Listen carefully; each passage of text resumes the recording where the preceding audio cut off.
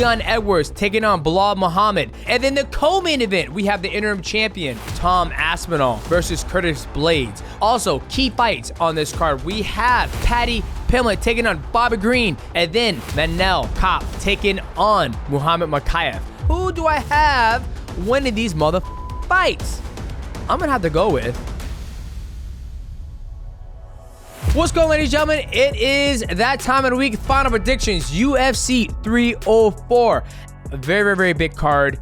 Let's start from the very top of the card, which is the main event. Leon Edwards taking on Belal Muhammad. Now, this one's a very interesting matchup because I haven't seen much of Belal Muhammad fight. He's not a fan favorite, I guess you could say. Now, when you look at Leon Edwards wins the title by knocking out Kamaru Usman, a beautiful high kick, and then goes back and runs it back with him for the third time, and then he turns around and fights Colby Covington. Now, Leon Edwards is a sniper when it comes to striking, and he also has legit grappling as well. Now, one of the things that I love when I watch Leon Edwards is that he works his way across the void, he gets to the edge of it, and he starts to pick his opponent apart. When you watch that fight against Colby Covington, he destroyed Colby Covington's legs, and then he also defended the takedown and had great grappling exchanges. Now, Leon Edwards tends to stay at that edge of the void, does his strikes, leg kicks, mixes it up, but he never really goes into the clinch game. He stays at that side of the void and pop, pop, pop,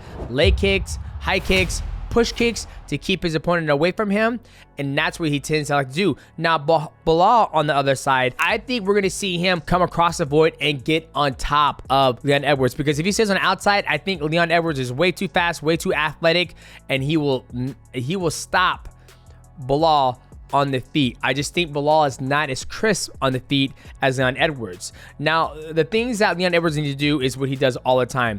Be a sniper and believe in himself. Don't doubt himself. We saw him doubt himself when he won the title against Kamaru Usman. He was having a hard time getting out wrestled, getting out worked on the feet a little bit, and then eventually he pulled his head out of his ass and landed that beautiful head kick, headshot. Pound for pound, dead. Now we look at Belal Muhammad. Now, what does Belal Muhammad have to do?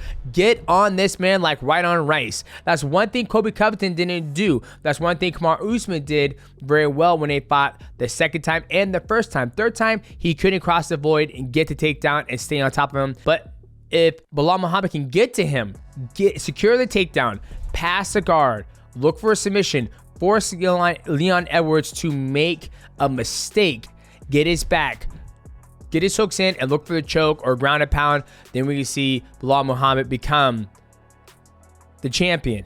All right, boys. Now, when it comes to my final picks, I'm going to have to go with Leon Edwards. I think Leon Edwards is too crisp. I think he's coming into his own as a champion.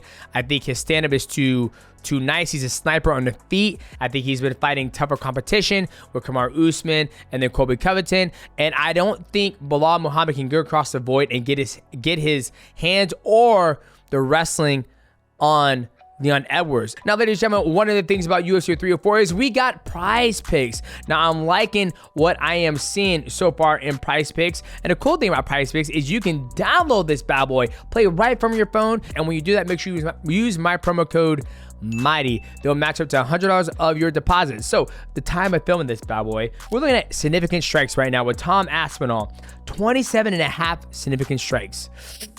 Oh, that's a very toasty one because he knocked out his last guy with, I think it was maybe 15 strikes, right? And Curtis Blaydes has been knocked out before. Beautiful uppercut from the beast. So I'm gonna take a less. You got two big boys going in. I'm gonna go a less of 27.5 strikes. And then we go to Leon Edwards, 86.5 significant strikes. Now, this is very hard because Leon Edwards he's not a high volume striker. He's more of a quality striker, right? When he fought Colby Covington, he didn't even go over that. We went less. I like less with this one too because I don't think Belal Muhammad is going to stay there and allow him to strike him. He's going to be all over him right on rice. And the cool thing about Prize Picks, it's not all about significant strikes. They have fight time and they have takedowns. Let's look at the takedowns. Takedowns right now. Oh, this is interesting. Mokaev, 3.5 takedowns. Woo, that's a hard one because I feel if Mokaev can get him down to the ground, I think he can get there and submit him. So 3.5 takedowns. He's got to land 4 takedowns. It's very, very hard. I'm going to go with less because I think if Mokaev can get Kape down on the ground, I think he's going to keep him there. Now, with fight time, let's go ahead and take a look at this. Woo! Tom Aspinall, 5.5 minutes in fight time. Very low. They think it's going to be a stoppage. You know what? I'll jump on that bandwagon too. I'm going to go less. Now, make sure you use my promo code MIGHTY. That'll match with the $100 deposit. And make sure you make the right pick at the right place, which is PrizePicks. Now, let's go to the co-main event. Tom Aspinall, the interim champion of the world, taking on Curtis Blaydes. It's a rematch. Tom Aspinall wasn't a champion. The fight ended in the first round. He injured his knee. Fast forward, Tom Aspinall becomes an interim champion, and now he's taking on Curtis Blaydes in a rematch. Now, the biggest thing when you look at this fight is, why is he not waiting to fight Jon Jones? Well, obviously, the interim champion has to stay active. This is how we make our money, is by fighting. Now, when we look at Tom Aspinall, he is very explosive, very athletic. I feel he's pretty well-rounded each time I've seen him fight. Now, when we look on the flip side, we look at Curtis Blaydes. Curtis Blaydes is also an athletic athlete, and he is also has some ups and downs in his career. He's been knocked out before, and he's had some good success in his career.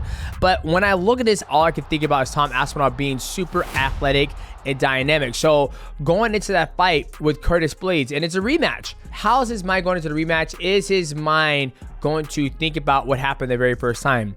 I like to think not, because he's gone out there and he's won a championship and he's been feeling really good, and he's also looked good in his recent fights. Now, the keys to victory, in my opinion, is that Tom Aspinall has to be dynamic, be light on his feet, use his power. Also, if he's not being able to get Curtis Blaydes out of there and having a hard time on the feet and crossing the void, he needs to take the fight to a different area. Stay in the clinch, grapple him. And I would say the same thing to the keys of victory to Curtis Blaydes. When I look at this fight, I look at a polar bear taking on a big-ass grizzly bear. That's what I look at. Two big boys going at it and seeing who can get the belt. Now, I think the winner of this fight should fight the winner of Jon Jones versus Stipe Miocic, which is supposed to happen November 9th. Hopefully, Jon Jones can stay healthy enough, and hopefully Stipe can stay healthy enough. And so all in all, guys, my final picks, my predictions is I have Tom Aspinall. I think Tom Aspinall is out to prove everybody that he is a true heavyweight champion of the world. Even though he's the interim champion, I think he wants to prove everybody that he is heavyweight champion, and he's been active, and he's trying to angle himself to get that Jon Jones versus Stipe fight, whoever the winner is of that. Now, let's get to another big fight on the card. Paddy Pimblett, the man who gets absolutely disgustingly fat in between fights, and then comes fight night with these 8-pack shredded abs, taking on Bobby Green, the King. Changed his name from Bobby to King now. Now, when we look at this fight, Paddy Pimblett is another guy who doesn't fight as often as I would like to see him fight. He's very young, he blows up in weight, and he comes back down. Now, Paddy Pimblett, he goes out there and he puts it on a line. He tends to get hit a lot when he fights, but he brings the fight, and when he does that, he is open and exposed to taking a lot of shots. Now, does Bobby Green have the power to knock out Paddy Pimblett? Absolutely. It's a fight, and when you're fighting with those 4-ounce gloves, anything can happen.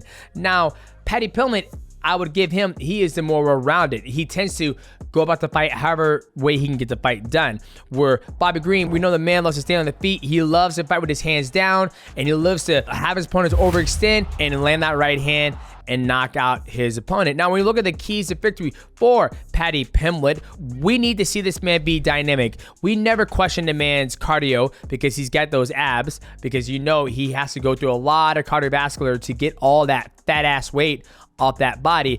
We know his cardio is gonna be good. He's got to be dynamic in the fight. Stay on the feet, go to the ground, fight in the clinch. Just make it an all-out war to see if he can catch Bobby Green doing something wrong and not get caught with one of those beautiful right hands for Bobby Green.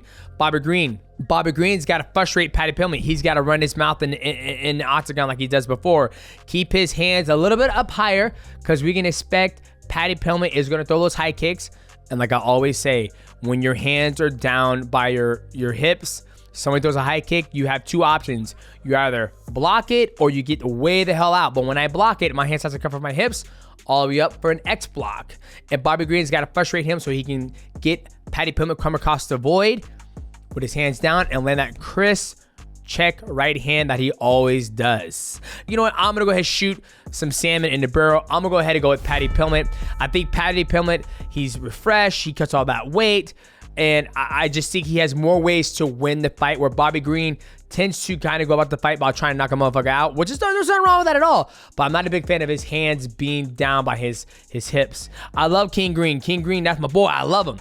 But I got to go with my analyst gut right now. And then we will look at the flyweight fight. Top contender flyweight on the card. We have Manel, Kape, taking on Muhammad Mokaev. Now, this is a high-level fight. A lot of people don't know Kape was the rising champion over in Japan. Now, this is going to be a very, very interesting fight because, one, Kape has a hard time making weight. He always misses weight at 125. I think he should go up to 135.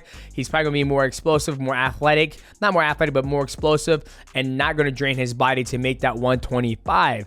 Now, when you look at Mokaev, I think he's a more well-rounded, complete fighter. He can grapple. He can strike.